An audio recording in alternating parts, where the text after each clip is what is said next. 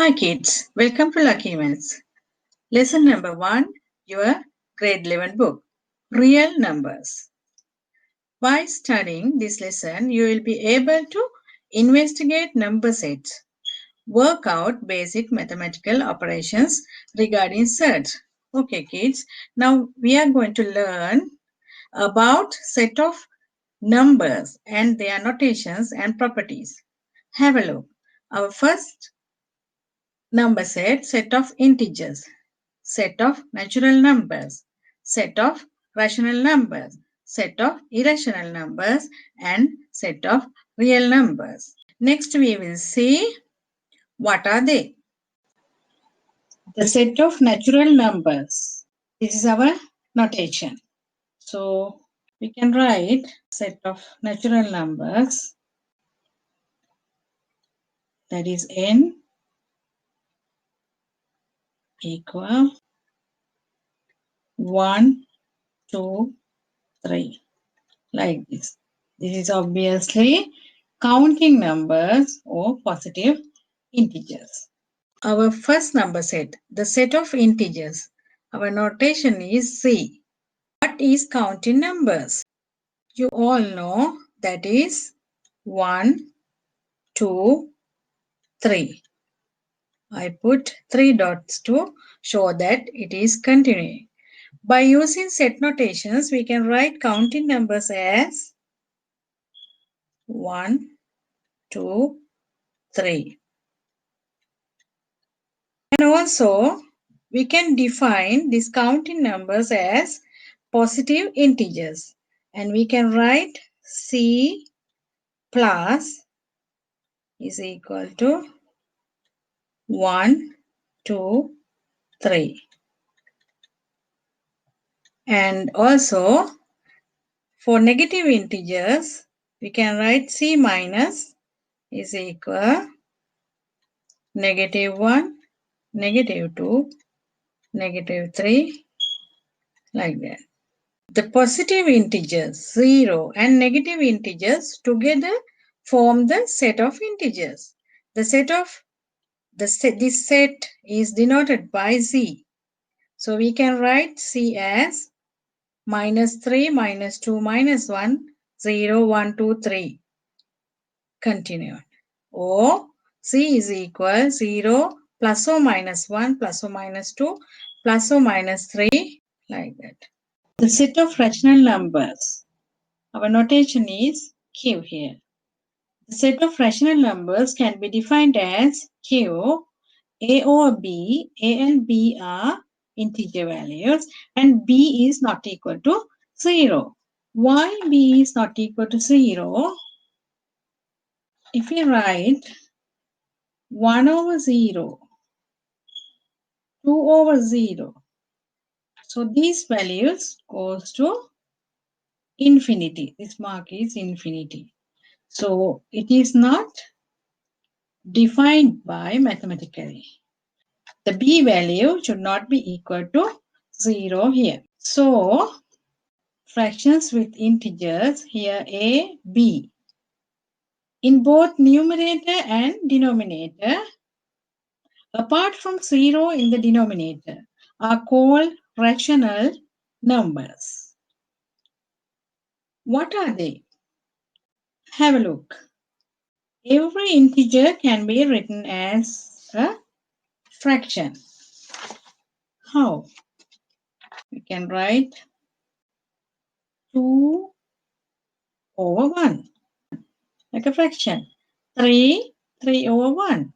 5, 5 over 1 like this. Every integer can be written as fractions. Next, fractions can be written in different form. How? We write half. When we multiply both sides by 2, we have 2 over 4. And if we multiply both sides by 3, we have 3 over 6. So what can we say? They look different, but they have same mathematical value. Next, fractions can be negative as well. What about negative fractions? Minus 2 over 5, minus 11 over 7, minus 2 over 3. The set of irrational numbers. Our notation is Q dash. Think about a number line which you have learned in previous grades. We can mark all the rational numbers here. See, minus 3, minus 2, minus 1, minus 7 over 5, 1, 2, 1.5, 8 over 3. So we have negative integers, positive integers, negative fractions, positive fractions. All rational numbers are there. But how do we mark root 3, root 2, root 5 on this number line? Now kids, look at this number line. I draw a perpendicular line which is equal to unit 1 here. And if I draw a hypotenuse here, this is right angle triangle. This is unit 1. So when you apply the right angle triangle to Pythagoras theorem here, so this hypotenuse will be root 2. Next, what you have to do to mark root 2 on this number line, you have to put the compass pointer here and then mark this length and draw an arc in your number line. So that point is equal to root 2. Let's see. Pointer here, then mark this length and you can draw an arc here. So this point is equal to root 2. The same way, by using root 2 and unit 1 distance, you can mark the root 3 value on this number line. So numbers which we cannot define as A or B, so as a fraction, are called irrational numbers. So our topic is irrational numbers. Example, root 2, root 3, root 5. Square root of any positive number which is not a perfect square. And your pi value, which is approximately equal to 22 over 7. Those are called irrational numbers. The set of real numbers, our notation is R. All the rational numbers and irrational numbers that can be represented on a number line is called real numbers. This is denoted by symbol R. The decimal representation of a number. The decimal representation of a rational number. Here you have 6 rational numbers. Look at first 3 numbers here. You have 4. 4 you can write 4.000. And half you can write 0.5, 0.5000 to be continued. Then zeros continued. You have 11 over 8, you have 1.375 equal to 1.375000 zeros you can continue. Yeah. Then if the portion of recurring is 0, so what do you mean by recurring? Repeating continuously. Here 0 repeating, 0 repeating, 0 repeating here. So if the portion of recurring is 0, we call that decimals finite decimals or terminating decimals. Look at below 3 numbers here. 211 over 99 equal 2.131313. So what is repeating here? 131313. That is repeating. So Next number 767 over 150 equal 5.11333. 3 is continuing. So recurring decimal is here 3. So first one recurring decimal is 1 3. Then next one 37 over 7 you have 5.285714. Again 285714. So 285714 is repeating here. So if the portion of recurring is not equal to 0, we call that recurring decimals. We can write this one 2.13. I put a dot above 1 and 3 because 1 and 3 are repeating. Repeating numbers, I put above a dot. Above a dot. And next one, I can write 5.11, which is repeating 3. I put a dot above 3. Then I can write next one 5.285714. So, which is the starting number, that is 2, and end number is 4, repeating thing. We are not going to put dot above all the numbers. We are putting a dot above the first recurring number and the last recurring number. So this, if we write like this and this, we call that written concisely. Written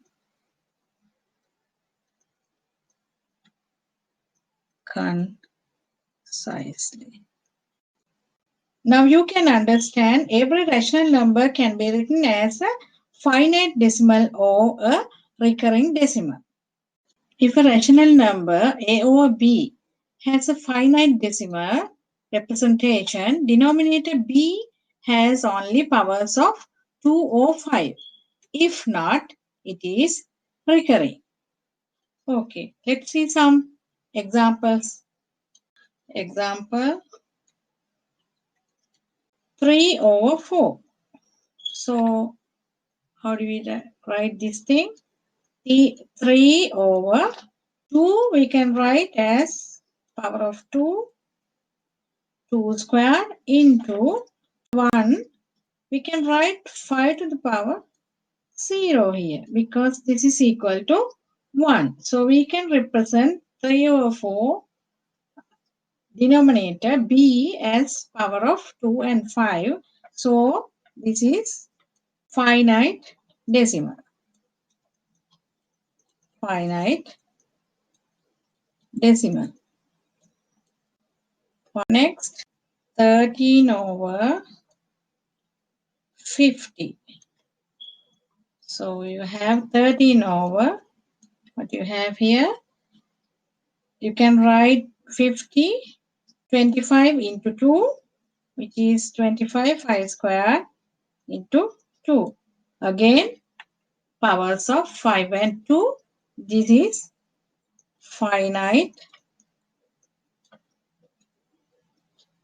decimal. Next you have 5 over 18.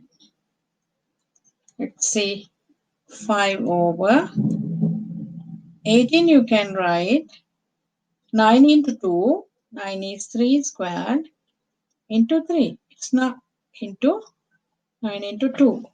Okay. So this is not powers of 2 or 5. So this is recurring. Recurring.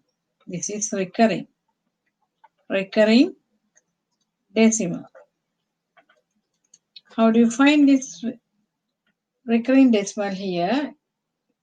You can find divide 5 by 18, 0, then take another 0, you put decimal sign here, then you have 18 times 2, that is 36, you have 4, 14 remainder, take another 0, you have 7, 7 into 8, 56, 5 remainder, and 12, again you have 14, take 0, and 7, that is also 126, again 14, then what is your recurrent decimal here? That is 0.277. You can write it as 0.27 is recurring. Let's see one more example. 5 over 9. You can write it as 5 over 9 is 3 squared. That is 3 squared, which is not power of 205. It is recurring. Recurring decimal. Okay. How do you find that one? 5 divided by 9. 0 you have there. Then 59 times 5. It's 45. And 5, 50. Again it's 5, 45, and 50. So what is your recurrent decimal there? You can write it as 0.555 dots, which is equal to 0.5 recurring. Here, so this. Convert recurring decimals to fractions. Example 1. Convert 0.5 recurring to a fraction in its simplest form. Let's say here recurring number is 5. So I write this one as x equal 0.555 dots, because this is recurring. Then I multiply this one. I write this as equation 1, and I multiply this one by 10. Let's see. If you multiply this one by 10, you have 5.555 dots. This is equation 2. Look at these two equations. Here, decimal places are equal. So, we can subtract equation 1 from 2. 2 subtract 1. 10x subtract x. 10x subtract x equal 5.555 subtract 0.555. So here you have 5. So 9x equal to 5. So you have to divide both sides by 9. Then x is equal to 5.9. 5 over 9. In its simplest form. 5 over 9. This is the fraction. Then look at the example 2. Convert 5.113 recurring to a fraction in its simplest form. Let's see. We write it as x. X is equal 5.11333 dots, because 3 is recurring. Now let's multiply this one by 10. See what happens. 10x. What happened? That is equal, this is 51.1333. So we write it as equation 1. Then our decimal places, that is different. Then we have to multiply it by 10. Sorry, we have to multiply our x by 100. Then we have 100x, that is equal 511.333. Let's take this one as 2. Decimal places equal? No. Next, again we have to multiply it by 1000. X by 1000, that is equal to 5113.333. Equation 3. Now let's see which equations has same decimal places. See, obviously 2 and 3. So we have to subtract equation 2 from 3. Then I write 3 subtract 2 makes, you have 1000 here, 1000x subtract 100, that is equal to 900x equal 5113 minus, you have 5113 minus 501, 511, which is equal to 4602. Then what you have to do, you have to divide both sides by 900. Divide by 900. You can simplify this one furthermore. How do we simplify? If you divide both top and bottom by 6, 6 into 7, 42. Remainder 4, 6 into 6. Again 7 you have, 6 into 1, 5, 0. So what is your answer? 767 over 150 in its simplest form. The decimal representation of an irrational number.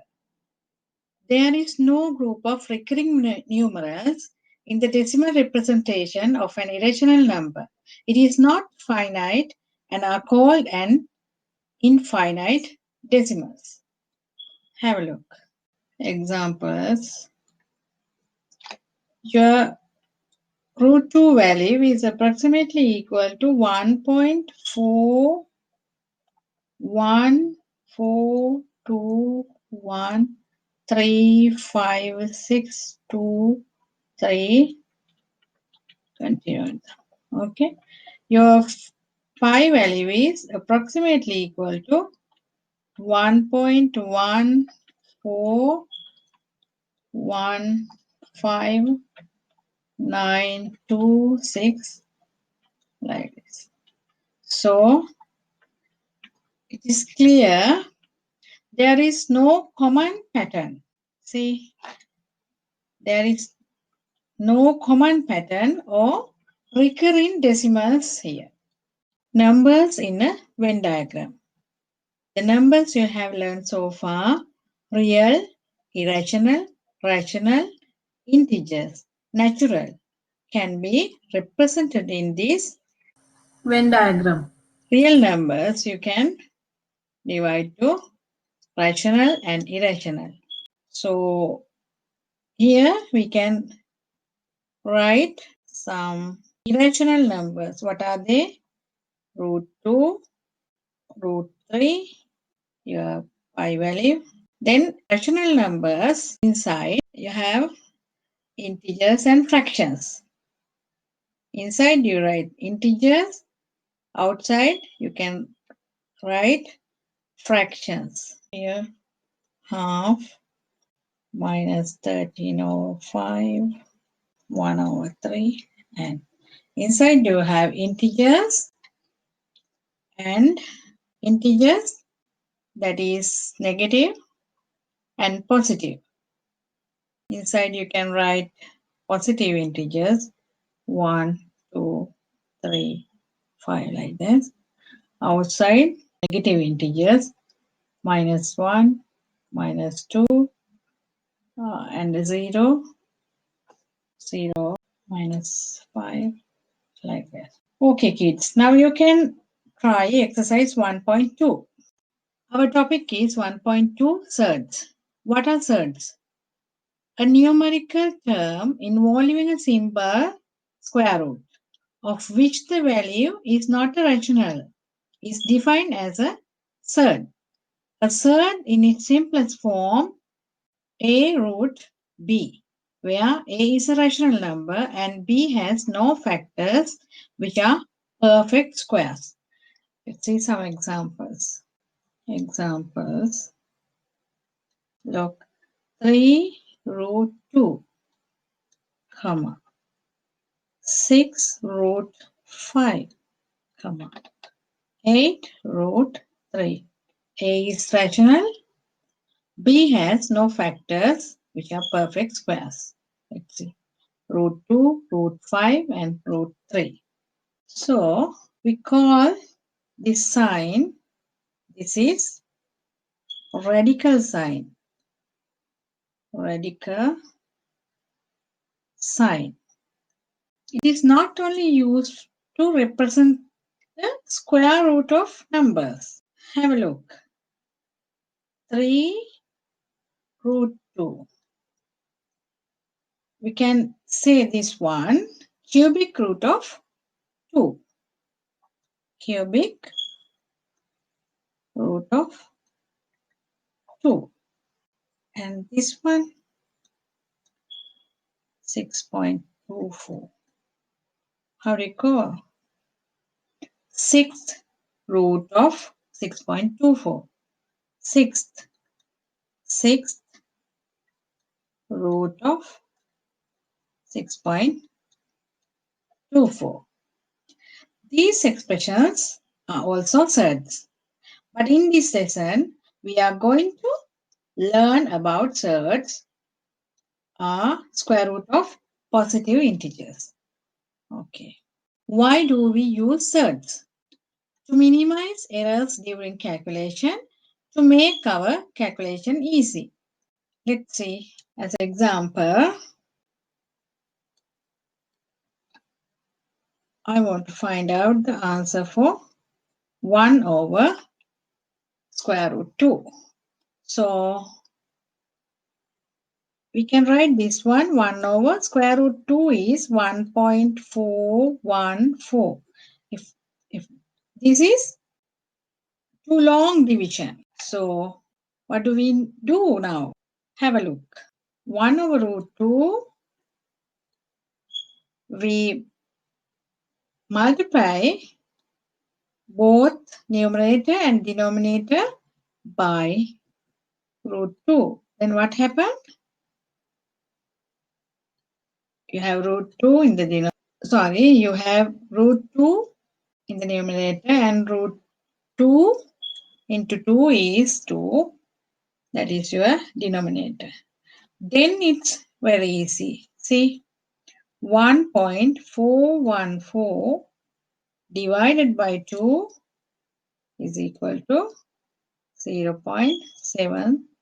0.707. See, it's easy. Example 1. Simplify 3 root 5 plus 6 root 5. Look at this. Here also you have root 5. Here also you have root 5, like terms. Say in algebra, if you put x to root 5, So it will be 3x plus 6x will be 9x, which is equal to 9 root 5.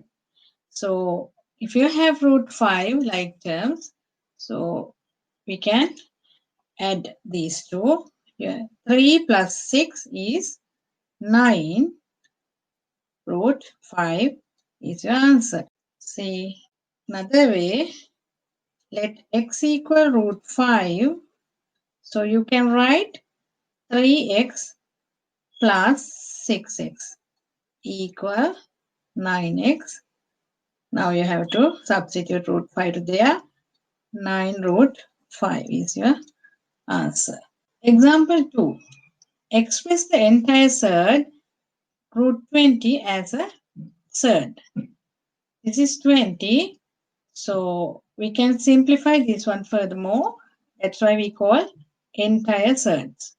Root 20, you can write it as 4 into 5.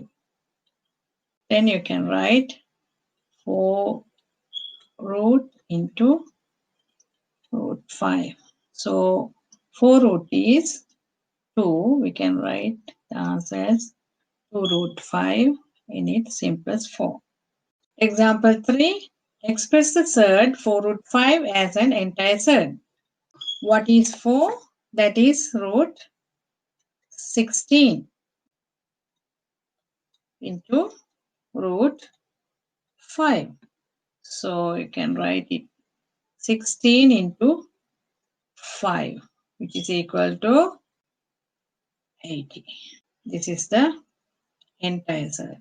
Example 4. Simplify 5 root 3 into 4 root 2. Here you have to multiply rational and irrational part separately. Look, 5 into 4 into root 3 into root 2. 5 into 4 is 20. Root 3 into 3 into 2. We can write this as 20 root 6. Example 5. Simplify 3 root 20 divided by 2 root 5. Here you have an entire surd. You can simplify 3 root 20 furthermore. Let's see. 3 root 20 we can write as 3 20 is 4 times 5. So then we can write root 4 and root 5. Then root 4 is 2. 2 into 3 is 6. 6 root 5. Then we put 6 root 5 to 3 root 20 and divided by 2 root 5. So then 6 and 3, you make 3 there. Then 5 and 5 cancel. Your answer will be 3. Example 6. Express 3 over root 2 as a fraction with an integer in the denominator. What you have to do here? 3 over root 2. You want to multiply both numerator and the denominator by root 2. So then what happened? That is equal to 3 root 2. Root 2 into root 2 is 2. So you have the integer value in the denominator. We call this process as rationalizing the denominator. Example 7. Rationalize the denominator of a root b. We have a root b. What we have to do, we want to multiply both top and bottom by root b. So then what happened? We have a root b as numerator and root b into root b is b. Example 8. Simplify 4 root 63 minus 5 root 7 minus 8 root 28. You have entire surds here. You have to simplify furthermore 63 root and root 28. For 63 we can write 9 into 7. Okay. And 5 root 7 we can write 4 into 7. Then root 9 root 7 5 root 7 minus 8 root 4 root 7.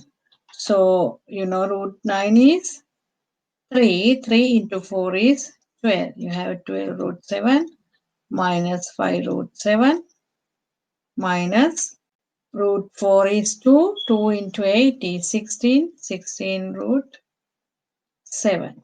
Okay, now you have to simplify this one. You have like terms. Here root 7, root 7, root 7. So then 12 root 7 minus 5 root 7 makes 7 root 7. 7 root 7 minus 16 root 7. Then 7 minus 16 is equal to minus 9 roots. Example 9. Look at this. Here you have 2 root 6. You can write 2, 3 into 2.